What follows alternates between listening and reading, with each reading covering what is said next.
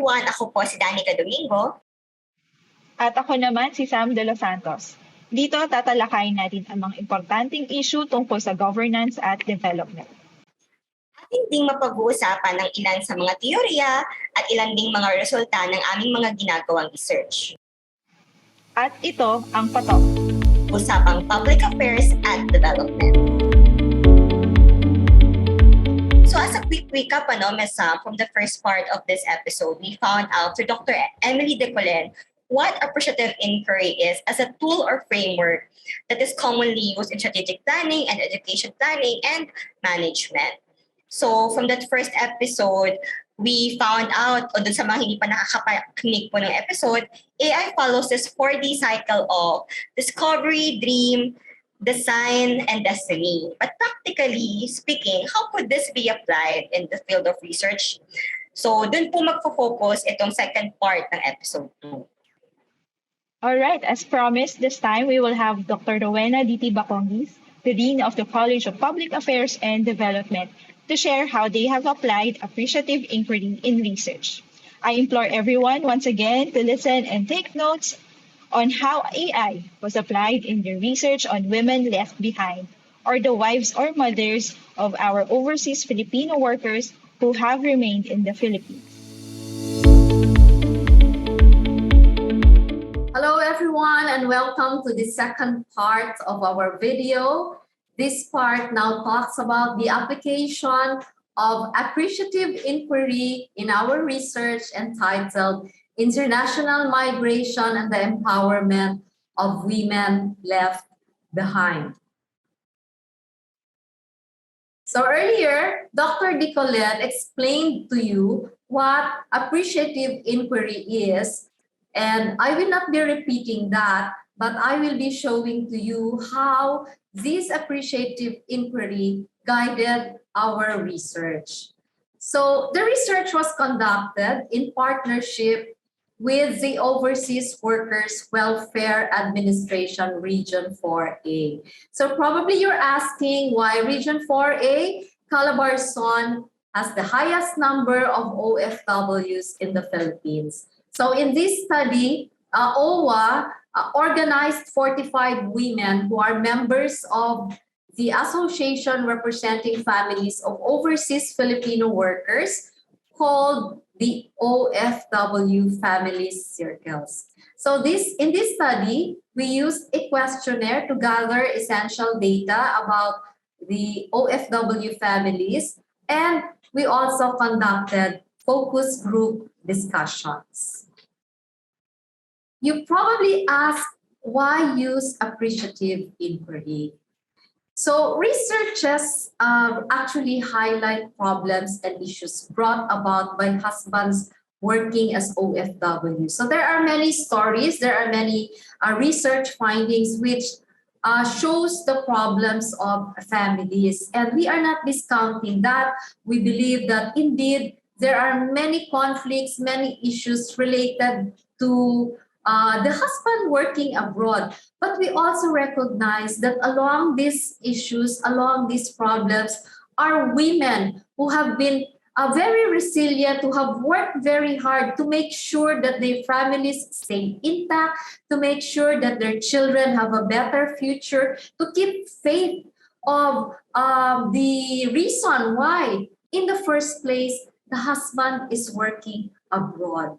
So through appreciative inquiry as a methodology, we wanted to highlight women's experiences where they are most productive and successful, what brought these positive experiences, and what were their impacts to their family members, particularly their children.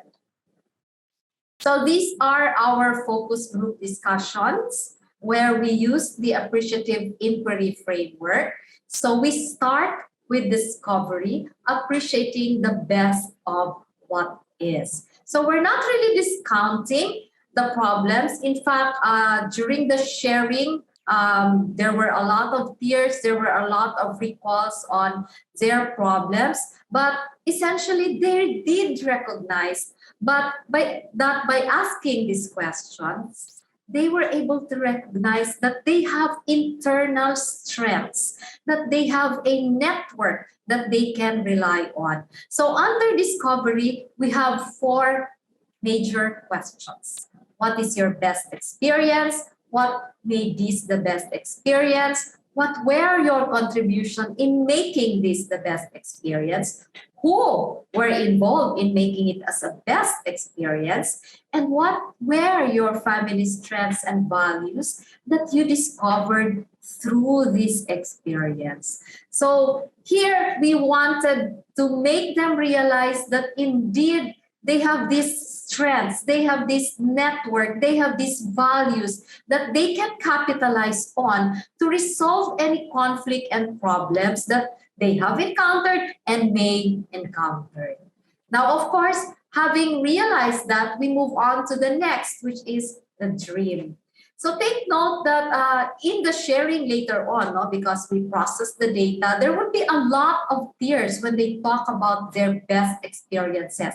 But there are also a lot of realizations that indeed these can be capitalized on. These are actually strengths that they can capitalize on to move on and even and make a better future for themselves despite all of the problems. So dream, which is the next phase in the AI, is envisioning what could be. And we only had 2 questions here.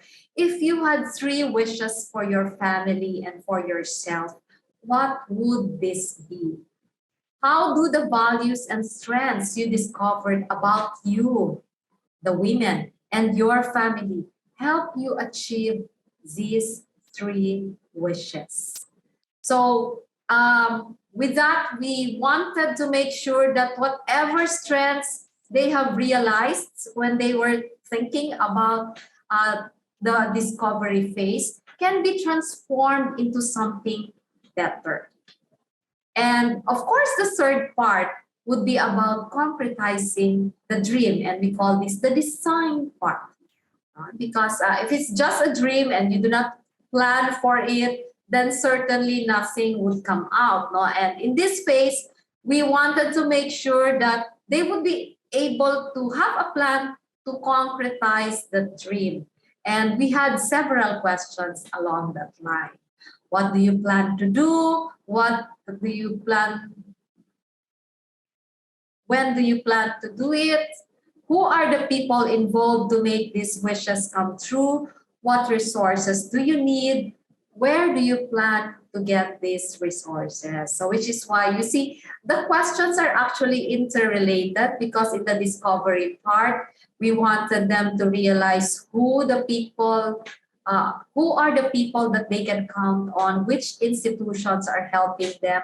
In the dream part, we wanted to make sure that these are fed through in terms of visualizing a better future. And now we want to put it into a plan that, they identify these people who can help them, these resources that they need. And the last part of the cycle, the appreciative inquiry cycle, is the destiny, making your dream come true. So this is actually now the implementation part, but in the FGD, this part is about sort of monitoring and evaluation. So not to be technical about it, we gave them questions, how to make sure that they will be able to implement the design. So do they need skills? What skills do they need? Do they need to undergo training? Do they need to network with people? Do they need to make a loan? What do they need to do in order to make sure that their timeline of achieving the short-term and long-term goals can be achieved? Now, this last part and the previous part, which is the design. So the design and the destiny part are the third and fourth part of the cycle, were actually inputs for us also to come up with a program for OWA Region 4. No? So that was our commitment to OWA. Now, I would like to share with you our sample transcript. So in our FGD, we ask to record everything, to video everything, and these are our sample transcript. In our focus group discussion, we divided the group into several small groups where they had to share their experiences, and they had to report it to the group. So these are our sample transcripts, and from this, we came up with things. We were able to share this research project in an international conference where Dr. M and I both shared different papers.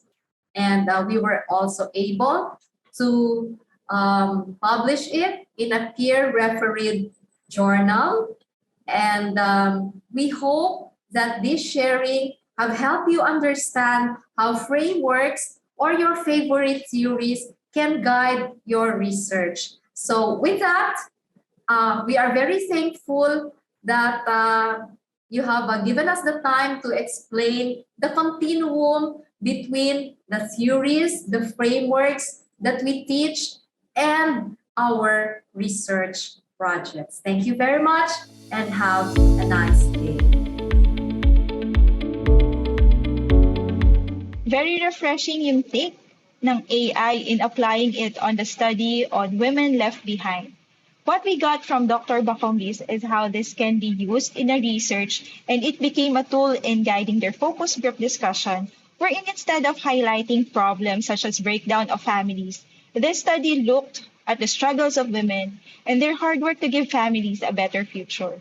And it helped a lot of women realize their dreams. Yes, tama ka dyan po, Miss Sam. So from the first episode nga, we found that AI follows this 4D cycle.